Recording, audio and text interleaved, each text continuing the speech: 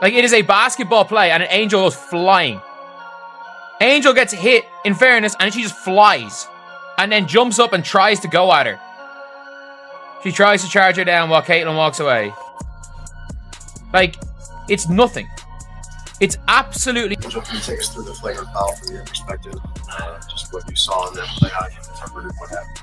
Basketball play, refs got it right. Move on. The highly anticipated WNBA clash between the Indiana Fever and the Chicago Sky became the latest installment in the Caitlin Clark versus Angel Reese rivalry, and it certainly lived up to the hype. But what unfolded wasn't just a basketball game. It was a showcase in how emotions can flare when the scoreboard isn't in your favor. While Caitlin Clark dazzled with a triple-double performance, the spotlight also caught Angel Reese, whose heated reactions seemed more aimed at stealing attention than closing the gap. The game gave fans everything, from Clark's on-court brilliance to Reese's fiery theatrics. It is right here. She comes in, just a little grab around her, trying to kind of hold her, really. Afterwards, has and Angel Reese loses her mind. I mean, if you can't tell me there is not around true the matchups between animosity, Reese and jealousy, Clark and Angel agenda Reese, ate up right there with that player, I don't know what to tell you. I mean, that was a big nothing. Wow.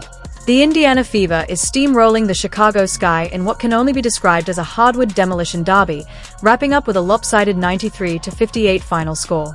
It was the kind of blowout that makes you wonder if the scoreboard was stuck on repeat. In the midst of this basketball rout, still with over 4 minutes left in the third quarter, Angel Reese, clearly craving the spotlight, snags an offensive rebound. PLZ, don't forget to like and subscribe my channel for more awesome content, thanks. Caitlin Clark, playing solid defense, responds with a routine take foul, just as any player would in that situation. Angel Reese hates Caitlin Clark, and it's so obvious. You don't give this type of reaction for a common foul. That is a regular basketball foul. Caitlin Clark hit ball, but Angel Reese decided to flop like she's Draymond Green and act like she got shot in the streets and hood of Chicago. But then when you ask a question after the game in the press conference, you say basketball play, refs got it right, move on. But you clearly had a hard time moving on after that foul. And Caitlin Clark threw some shade at Angel Reese, rightfully so. That's just a good take foul. Either you let Angel get a wide open two-pointer, which I don't think she was going to make. Have you seen her layup package? Or you send her to the free throw line and make her earn those points. Anybody who played any type of ounce of Angel Reese did not take kindly to the smart defensive move. She immediately erupted, arms waving in disbelief, her expression twisted in outrage, as she shouted at the refs and anyone within earshot. You'd think Caitlin Clark had committed some unforgivable act the way Reese reacted. She stomped around, pointed fingers, and delivered a piercing glare directly at Clark. The officials, seemingly swayed by the sheer intensity of her protest, responded by upgrading the foul to a flagrant one. A flagrant? For what? A textbook play seen in every basketball game, the kind of move coaches across the country drill into their players daily.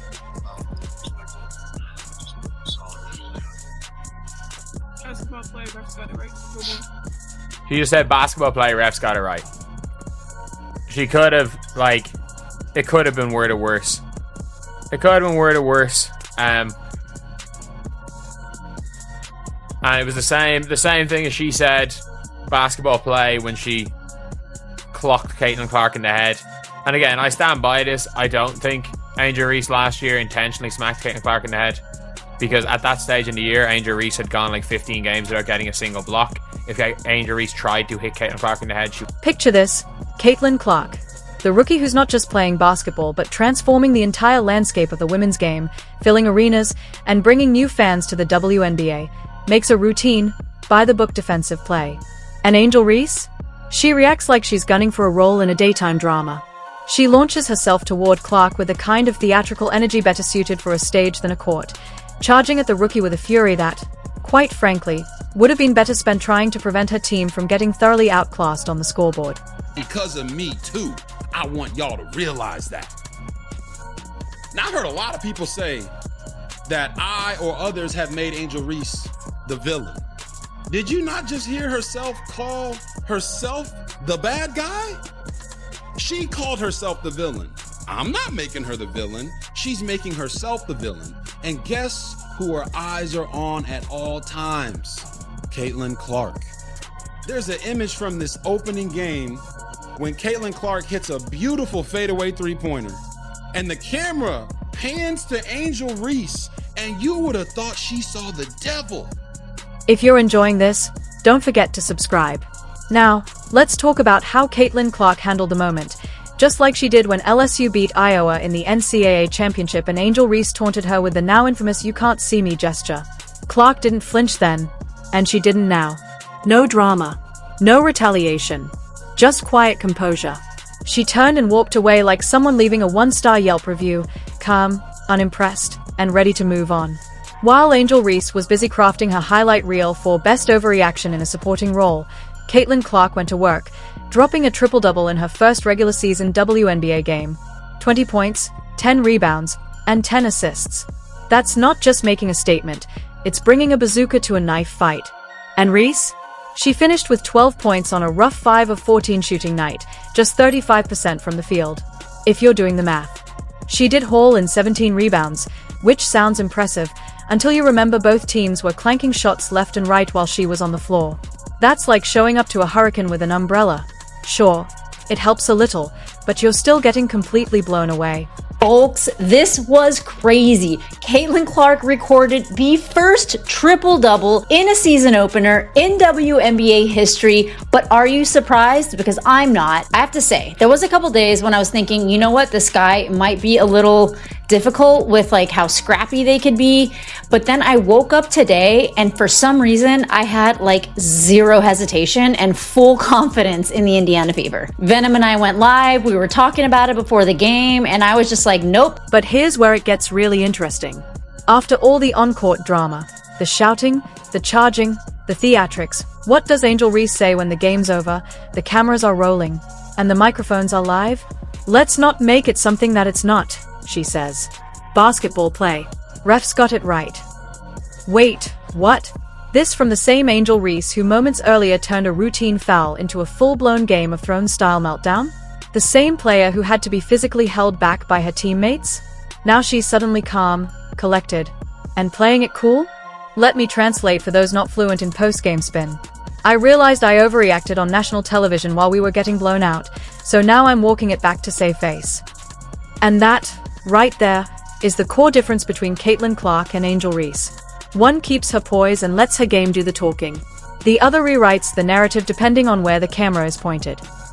There was no need for Angel Reese to jump up and try chase down Caitlin Clark after a relatively hard foul. Like, what Caitlin did wasn't even in the stratosphere of what Diamond DeShields or Kennedy Carter did to her. Caitlin Clark is out here rewriting the record books, dropping triple-doubles and filling arenas to capacity. Meanwhile, Angel Reese seems more focused on stirring up drama than scoring points, manufacturing confrontations at a pace that rivals fast fashion trends. Clark's elevating the WNBA with her game. Reese is trying to elevate her personal brand with WWE-style theatrics. And let's talk about that crowd. Gainbridge Fieldhouse wasn't just technically sold out, it was legitimately packed, wall-to-wall, with fans who came to see real basketball history, not a sideshow. So when Angel Reese stepped to the line and clanked a free throw after all that noise and drama, the reaction from the crowd was deafening. A thunderous, unified karma is real moment that could have rattled the Richter scale. Because if we're being completely honest, all of this is fine. All of this is high-level competition, passionate basketball. They're frustrated. Caitlin's trying to foul her to avoid a little freaking layup. Angel's frustrated because her team's losing and she was trying to do the most and her team was just not helping enough. So she's frustrated. She wants to go up for the layup. She gets off balance because of this foul. Caitlin does a little shove at the end. It doesn't look malicious, but it definitely was a shove with the left hand. Angel falls to the ground. She's pissed off again because she's frustrated. Just like we've seen every other player in the WNBA at times be frustrated. Stands up, turns around, says something. Aaliyah Boston comes, gets in between them, and they all get penalized. Fine. That's all fine. Let's not forget, this isn't the first chapter in the Caitlin Clark versus Angel Reese saga. Their rivalry stretches back to college, when LSU took down Iowa in the national championship. After the win, Reese famously taunted Clark with the "you can't see me" gesture. Yes, the same one Clark had used earlier in the tournament. But here's the key difference. Clark did it in the heat of a game, following a big play. Reese waited until the outcome was sealed to deliver her taunt directly at Clark. One was fueled by competitive intensity, the other felt like a calculated jab after the final buzzer. Fast forward to now, and history repeats itself. Clark makes a standard basketball play. Reese turns it into performance art. Clark's focused on dropping a 35-point win. Reese, she's locked in on winning the spotlight. It's like watching a sequel with a slightly different wardrobe. Even Fever head coach Stephanie White saw through the noise. Nobody's going to get anything easy against us. We're going to be a tough defensive team. I thought it was a clear play on the ball. This wasn't a cheap shot. This wasn't a malicious foul. This was textbook defense. Stop the easy bucket. Make them earn it at the line. That's not dirty basketball. It's smart basketball. But hey, why let basketball IQ get in the way of a dramatic outburst? Why respect strategy when you can chase viral moments instead? And why focus on the fact that your team is getting run out of the gym when you can grab headlines for anything but your shooting stats? All it took is one game for Angel Reese to attack Caitlin Clark. It couldn't be clearer that Angel Reese knows that she is in second place behind Caitlin Clark and she's not going to top her throughout her career. In any basketball game, WNBA, NBA, on the streets, this would be a clear foul. For Angel Reese to react this way is completely out of control and she deserves to be fined for this. She's always subliminally going after Caitlin Clark in interviews, and there's constantly one thing that we can always look back on that tells the truth that Caitlin Clark is a better player than Angel Reese, and that is the stat board. Game 1, Caitlin Clark brought in the triple-double, and although Angel did have a good game, we will give her that with 12 points and 17 rebounds. 17 rebounds is huge. She definitely did not play as good. The referee did provide an explanation for the flagrant foul call on Caitlin Clark. According to the official, it met the criteria for a flagrant 1, wind-up, impact, follow-through, an extension of the left hand to Angel Reese's back. Translation? It checked just enough boxes in the rulebook to justify the upgrade, likely more to avoid further chaos than because it truly warranted the call. Reese's dramatic reaction all but demanded a response, and the refs obliged to keep the situation from spiraling further. But here's the delicious irony. Even with the flagrant call, even with the free throws and the extra possession, the Chicago Sky still got obliterated. All that noise, and it changed absolutely nothing. They lost by 35 instead of 37. A grand production for a meaningless tweak on the scoreboard. And the cherry on top of this overhyped moment? When Reese stepped to the line after all the theatrics and missed her first free throw, the sold-out Gainbridge Fieldhouse erupted, not with polite claps, but with raucous, full-throated cheers. It wasn't support for their team. It was a celebration of her failure. That's when you know the script has flipped. When a packed arena unites in joy at your misstep, maybe, just maybe, you're not the protagonist in this story. Maybe the heel turn isn't landing the way you thought it would. You need that triple-double. Go to the board, Caitlin! While Angel Reese was busy scripting a confrontation, Caitlin Clark was busy making history. A triple-double in your WNBA debut isn't just a strong showing. It's the professional basketball equivalent of walking into your first day on the job and effortlessly solving problems that have baffled everyone for years. Clark posted 20 points, 10 rebounds, and 10 assists, not just impressive, but historic. And she did it in a 35-point blowout. If basketball were a conversation, Clark wasn't just part of it. She was giving a TED Talk, while Reese was off to the side trying to hijack the moment with a TikTok dance. Now, of course, comes the aftermath. Every sports show, every analyst, every highlight reel is zeroed in on the moment. The confrontation. The drama. And wouldn't you know it, that's exactly what Angel Reese wanted. Because when your team is getting thrashed to the point where it feels like a crime scene, and the rookie you've been constantly compared to is lighting up the court like the 4th of July while you're flickering like a discount flashlight, what do? You shift the narrative. You create a spectacle. You make sure tomorrow's headlines aren't about how badly your team got outplayed or how dominant Clark was. They're about you, charging at her after a routine, textbook basketball play. Do you guys think that Angel Reese understands that she is in a completely one-sided beef with Caitlin Clark? Like, I don't think Caitlin Clark could give less of a fuck about Angel Reese's existence. And yet Angel Reese tries so hard to make this a thing, to make this like rivalry a thing when it really doesn't exist. And this was a normal ass foul, by the way. Like, this was a normal hard foul, send them to the line.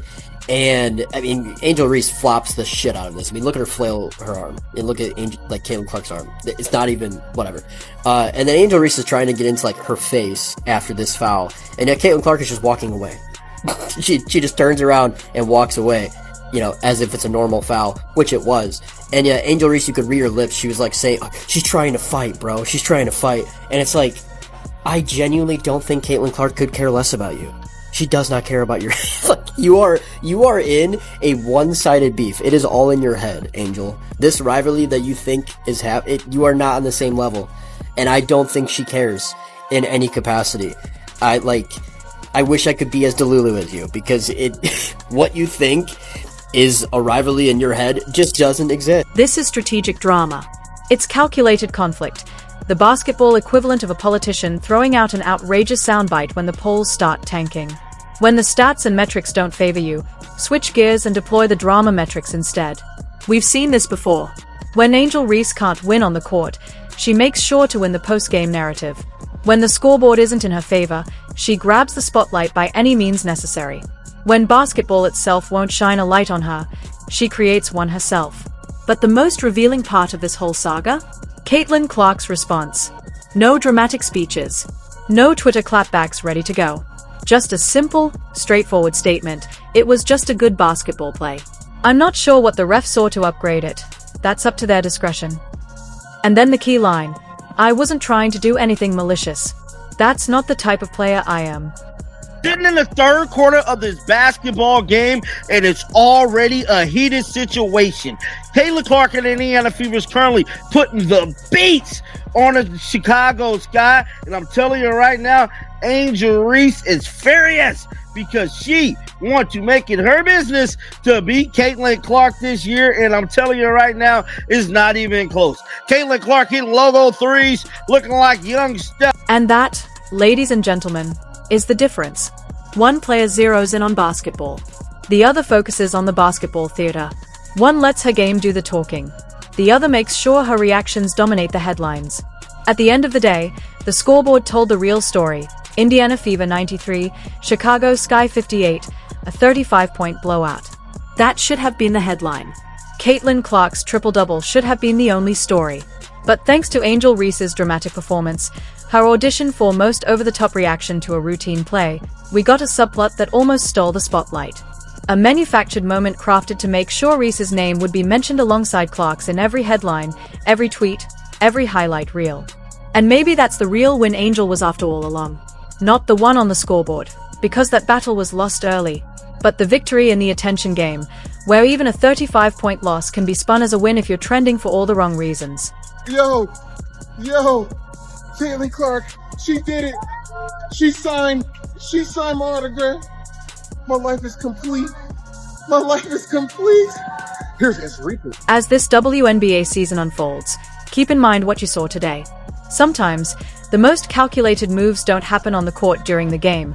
They happen when someone chooses to be remembered for an overreaction rather than fading into obscurity in a blowout loss.